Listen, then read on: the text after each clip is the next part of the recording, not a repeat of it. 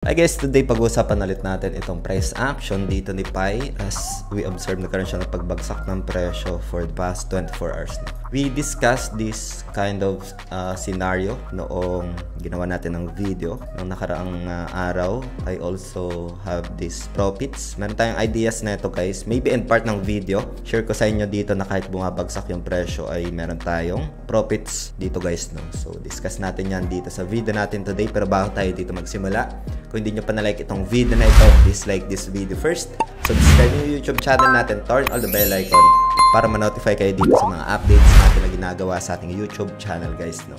So for now, punta muna tayo dito sa price action itong si Pi. No? We mentioned dito yung potential breakdown na magkakaroon muna siya ng impulse bago buwagsak. No? So it was happen and tanggalin muna natin itong mga drawings. As we observe, naglagay tayo dito ng diagonal support trend line. And ito is invalidated na after na magkaroon ng breakdown dito guys, no, confirmation na sana ma-hold niya ito pero nagkaroon na ng breakdown and naging resistance na yung dating support dito guys. No. I can see as well dito ng head and shoulder. It's a bearish pattern yan. Like we have left and we have head and then this one is right shoulder guys. No? So normally yung mga ganito is for me, kung opinion ko lang, is a bearish pattern. No? And then again, itong video natin today is just for ideas lang, for reference. It does not qualify as an investment or financial advice. Hope you get some insights dito and sana acknowledge ko yung mga feedbacks, questions ninyo dito. As per checking price action, nasa 80.71. This is the open market price ni Pi, no? Na anytime pwede mo siyang ibenta.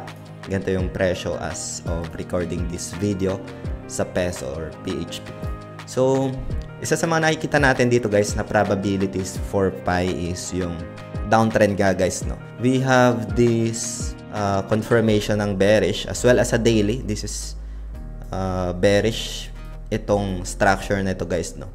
I keep mentioning yung mahabang corrective tapos short impulse. So, like for example, long corrective, short impulse, yan. And then long corrective, short impulse, and maybe we can see another leg ng retracement dito guys, no. That's on the 4 hours time frame. But then again, pwede pa rin magkaroon niya ng mga impulse guys, no, sa lower time frames like 1 hour. Pwede pa rin niyang balikan yung 1.54 territory. That's our initial resistance, itong zone na ito. If ever man na aangat pa ito sa upside, kailangan nyo basagin to para bumalik siya doon sa 1.80 territory, if I'm not mistaken, within this area, 1.78, 1.79. No? So, for me, own opinion ko lang naman ito, pwede siyang bumalik 1.46 or maybe itong support na ito. Ayan. And then, mauuntog lang siya dito. And continuation lang ulit sa downside guys. No? So we'll see if ever man na balikan niya yan. And maybe we can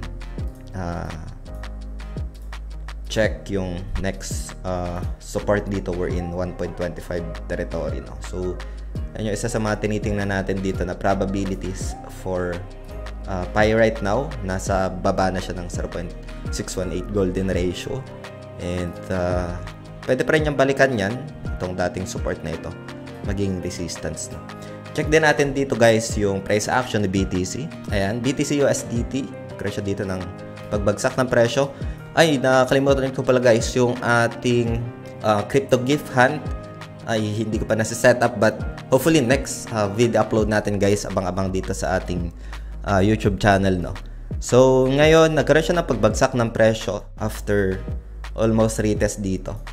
Ang isa sa mga tinitingnan ko dito guys is that pwede pa rin niyang balikan yung 79,200. No? Diyan yung 0.618 eh. And itong gantong galaw after retested 85 tapos na-reject, there's a high probability na babalik ulit sa support unless na i-respect niya yung 0.618 dito wherein itong current price action niya, itong pressure niya dito. Pero in my own opinion, baka mag-consolidate lang itong price action niya. Itong zone na ito, gagalawan lang ng price action That's accumulation box guys, no? So yan yung isa sa mga tinitingnan ko dito na probabilities lang naman. If ever na i-hold niya ito and hindi kayang basagin yung upside, baka consolidate lang guys, no? Accumulation lang. Magbabangga lang yung price action within these areas. And any of that, if ever na bumagsak pa siya, magkaroon ng breakdown, maybe we can see dito ng next key support zone around previous highs guys, no? Ito, isa sa mga tinitingnan ko dito. Pero instant yung pullback dyan if ever na tamaan ng wicks, no?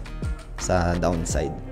And upside scenario, kailangan niyang basagin itong kulay dilaw guys na nilagay natin kasi nare-reject pa rin eh. Kailangan niyang basagin yan. Kailangan magkaroon ng breakout dyan sa diagonal resistance trend line natin guys, no? So, yun. Ito yung isa sa mga tinitingnan natin na probabilities for BTC and quick update dito sa price action ni Pi.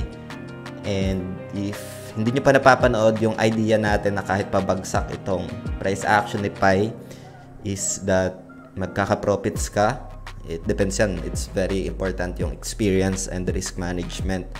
And for the experienced trader guys, no? So meron tayong video na ginawa niyan before. Lalagay ko na lang siguro guys dito sa screen. And see you sa video na yan guys. Maraming salamat ulit sa panonood.